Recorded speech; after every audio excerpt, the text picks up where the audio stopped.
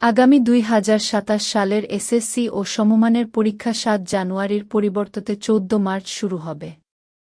চলবে ১৫ এপ্রিল পর্যন্ত। শিক্ষা বোর্ড সমন্বয়ক কমিটির সভাপতি এবং ঢাকা মাধ্যমিক ও উচ্চ মাধ্যমিক শিক্ষা বোর্ডের চেয়ারম্যান অধ্যাপক সৈয়দ আখতারুজ্জামান সোমবার আমার দেশকে এ তথ্য নিশ্চিত করেছেন। আজই পরীক্ষার সময়সূচি প্রকাশ করা হবে বলেও তিনি জানান। এর আগে ৭ জানুয়ারি এই পরীক্ষা শুরুর প্রাথমিক সিদ্ধান্ত নিয়েছিল শিক্ষা মন্ত্রণালয়। এই পরীক্ষার প্রাথমিক সময়সূচিও প্রকাশ করা হয়েছিল। তবে পরীক্ষার্থীদের প্রস্তুতিতে ঘাটতি সহ নানা দিক বিবেচনা করে সেই সিদ্ধান্ত থেকে সরে এসেছে সরকার। ২ মাস পরে ১৪ মার্চ এই পরীক্ষা শুরুর বিষয়ে সিদ্ধান্ত নেওয়া হয়েছে।